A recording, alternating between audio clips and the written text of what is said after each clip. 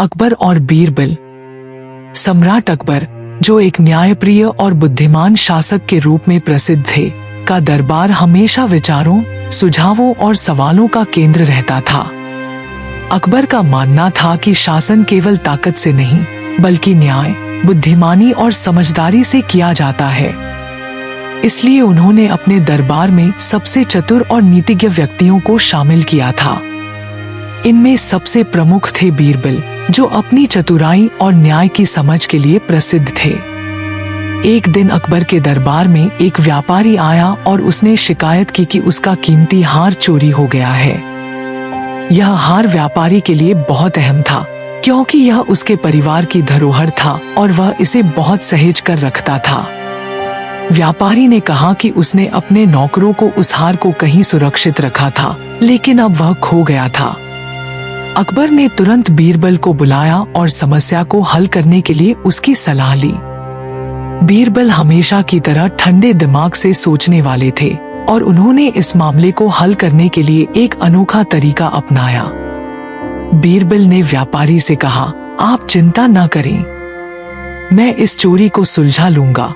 फिर उन्होंने अकबर से कहा, महाराज, मुझे यह मामला सुलझाने के लिए थोड़ी सहायता चाहिए। मुझे व्यापारी के सभी नौकरों को दरबार में बुलवाइए। अकबर ने आदेश दिया और सभी नौकर दरबार में आ गए। जब सभी नौकर दरबार में मौजूद थे, तो बीरबल ने एक अजीब सी बात कही। उन्होंने कहा, ये सभी नौकर आपके हार के चोरी होने के जिम्मेदार हो सकते हैं, लेकिन हमें सच्चाई का पता लगाने के लिए एक परीक्षण करना होगा। मैं सभी को एक एक लकड़ी दूंगा। ये लकड़ियां जादुई हैं। जो भी चोर होगा, उसकी लकड़ी एक रात में 1 इंच लंबी हो जाएगी। बीरबल ने यह वचन दिया और सभी नौकरों को एक एक लकड़ी दे दी। सभी नौकरों को यह समझ में नहीं आया कि बीरबल ऐसा क्यों कर रहे हैं, लेकिन वे चुपचाप यह मानकर लकड़ियां ले गए। बीरबल ने आदेश दिया कि सभी नौकरों को घर जाकर रात भर अपनी लकड़ियां सहेज कर रखना होगा। अगले दिन वे दरबार में आकर अपनी लकड़ियां वापस करेंगे। बीरबल ने यह भी कहा कि यदि किसी की लकड़ी लंबी हुई, तो यह साबित होगा कि वह चोर है। बीरबल की बातें सुनकर सभी नौकरों में एक हलचल मच गई। सभी चिंतित हो गए, क्योंकि वे नहीं चाहते थे कि उनकी छड़ी लंबी हो और वे चोर के रूप में पकड़े जाएं। रात भर सभी नौकरों के मन में यह भय बना रहा कि कहीं उनकी लकड़ी लंबी न हो जाए। एक नौकर ने डर के मारे अपनी लकड़ी को आधा इंच काट दिया, ताकि उसकी लकड़ी लंबी न हो जाए। उसने सोचा कि बीरबल के कहने अनुसार यह जादुई छड़ी अगर बढ़ी तो उसे पकड़ लिया जाएगा। बाकी सभी नौकरों ने भी इसी तरह से अपनी लकड़ियां संभाल कर रखी, लेकिन किसी ने इसे काटने का ख्याल नहीं किया। वे सभी सोच रहे थे कि बीरबल शायद उनकी परीक्षा ले रहे हैं और इसलिए सभी ने अपनी लकड़ी को पहले जैसा ही रखा। अगली सुबह सभी नौकर दरबार में आए और अपनी लकड़ियां बीरबल को सौंप दी। बीरबल ने लकड़ियां चुपचाप इकट्ठा की और एक एक कर जांचने लगे। सभी लकड़ियां सामान्य आकार की थी, लेकिन एक लकड़ी जो थोड़ी छोटी थी, बीरबल ने तुरंत पहचान लिया कि वही चोरी करने वाला है। उस लकड़ी को पकड़ते हुए बीरबल ने कहा, यह लकड़ी अन्य लकड़ियों से छोटी क्यों है? उसने अपनी छड़ी से जोड़ा, तुमने इस छड़ी को जानबूझकर काटा है, तुम चोर हो। यह सुनते ही वह नौकर डरते हुए कहने लगा, हाँ महाराज, मैं ही वह चोर हूँ, मैंने ही हार चुराया था। बीरबल की चतुराई और उसकी बुद्धिमानी ने अपराधी को पकड़ा और न्याय की प्रक्रिया को पूरी तरह से निष्पक्ष तरीके से आगे बढ़ाया। अकबर ने बीरबल की बुद्धिमानी की तारीफ की और व्यापारी को पूरी तरह से न्याय दिलवाया। बीरबल की सूझबूझ और बिना किसी भेदभाव के न्याय करने की क्षमता ने फिर से यह साबित कर दिया कि वह अकबर के सबसे प्रिय और सबसे योग्य सलाहकार हैं। अकबर और बीरबल के दरबार में यह घटना बहुत प्रसिद्ध हुई। सभी ने यह देखा कि बीरबल की बुद्धिमानी और न्यायपूर्ण निर्णय ने कैसे एक जटिल समस्या को सुलझाया। लेकिन इस घटना के बाद अकबर के मन में एक सवाल उत्पन्न हुआ। वह सोचने लगे कि क्या बीरबल को हमेशा अपनी सूझबूझ से ऐसे निर्णय लेने चाहिए या फिर कभी-कभी उन्हें अपनी शारीरिक ताकत और बल का भी उपयोग करना चाहिए। अकबर के मन में यह सवाल गहरा गया और उन्होंने यह सोचा कि यह अच्छा अवसर है बीरबल की परीक्षा लेने का। अकबर ने बीरबल से एक दिन कहा, बीरबल, तुमने बहुत अच्छे से न्याय किया है, लेकिन क्या तुम सिर्फ चतुराई से ही निर्णय ले सकते हो? क्या तुम्हारे पास और कोई तरीका है जो मैं नहीं जानता?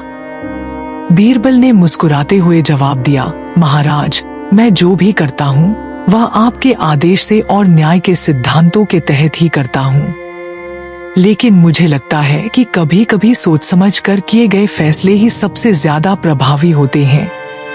अकबर ने कहा, तो फिर तुम्हें यह साबित करना होगा कि तुम सिर्फ चतुराई से ही नहीं बल्कि और भी तरीकों से निर्णय ले सकते हो। मैं तुम्हें एक चुनौती देता हूँ। इस पर बीरबल ने सिर झुकाकर कहा, महाराज, अगर आप मुझे आदेश दे तो मैं हर चुनौती स्वीकार करने के लिए तैयार हूँ।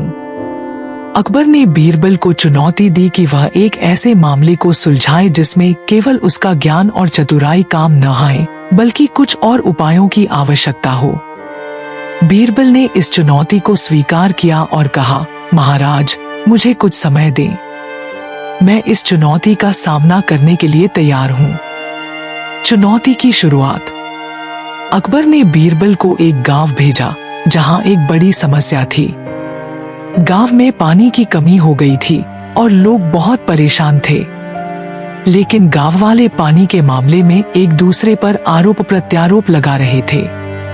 एक समूह कहता था कि पानी की आपूर्ति रोकी गई है, जबकि दूसरा समूह कहता था कि पानी का सही वितरण नहीं हो रहा है।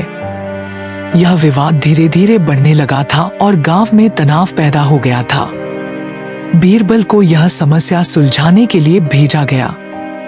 बीरबल जब गांव पहुंचे तो उन्होंने देखा कि दोनों पक्ष अपनी अपनी स्थिति में बहुत कड़े थे और किसी भी स्थिति में समझौते को तैयार नहीं थे। बीरबल ने पहले दोनों पक्षों से शांतिपूर्वक बात की और दोनों को एक जगह बुलाया। बीरबल ने सबसे पहले गांव वालों से कहा, मैं जानता हूँ कि तुम सब बहुत परेशान हो और यह समस्या गंभीर हो सकती है, लेकिन इस स्थिति में केवल किसी एक पक्ष की बात मानना सही नहीं होगा। हम सब मिलकर इसका समाधान ढूंढेंगे। बीरबल ने एक सभा बुलाई और दोनों पक्षों को एक साथ आमंत्रित किया। बीरबल ने सबको शांतिपूर्वक सुनने के बाद एक उपाय सुझाया। उसने कहा, मैं एक तरीका बताऊंगा जो तुम्हारे पानी के विवाद का हल करेगा, लेकिन इसके लिए तुम सबको कुछ समय और धैर्य रखना होगा। बीरबल ने गांव वालों को एक योजना बनाई। उसने कहा कि सबसे पहले सभी को एक बड़ा जलाशय खोदने की जरूरत होगी जो पूरे गांव को पानी की आपूर्ति कर सके। बीरबल ने कहा, हम सब एकजुट होकर यह काम करेंगे। जो लोग पानी की आपूर्ति के बारे में चिंतित हैं, वे पानी के वितरण में हमारी मदद करेंगे। जो लोग जलाशय को लेकर समस्या उठा रहे हैं, वे इसे बनाने में हमारी मदद करेंगे। यह सुनकर दोनों पक्षों को लगा कि बीरबल ने सही रास्ता सुझाया है। उन्होंने एकजुट होकर काम करना शुरू किया और कुछ ही दिनों में एक बड़ा जलाशय तैयार हो गया, जिससे सभी गांव वाले संतुष्ट हो गए। पानी की आपूर्ति सही ढंग से होने लगी और दोनों पक्षों के बीच विवाद समाप्त हो गया। बीरबल की चतुराई और न्याय। जब यह समस्या हल हो गई तो अकबर ने बीरबल से पूछा, तुमने यह काम कैसे किया बीरबल? बीरबल मुस्कुराए और बोले, महाराज, यह सिर्फ चतुराई का काम नहीं था, बल्कि यह विश्वास और सहयोग का भी परिणाम था। जब लोग एकजुट होते हैं और अपने मतभेदों को भुलाकर मिलकर काम करते हैं, तो कोई भी समस्या हल हो सकती है। मैंने यही तरीका अपनाया और इस मुद्दे का समाधान किया। अकबर ने बीरबल की बुद्धिमानी की बहुत सराहना की और कहा, बीरबल, तुम्हारे निर्णय सिर्फ चतुराई पर आधारित नहीं होते, बल्कि तुम लोगों को एकजुट करने और सही रास्ता दिखाने में भी माहिर हो। तुम सच में महान हो।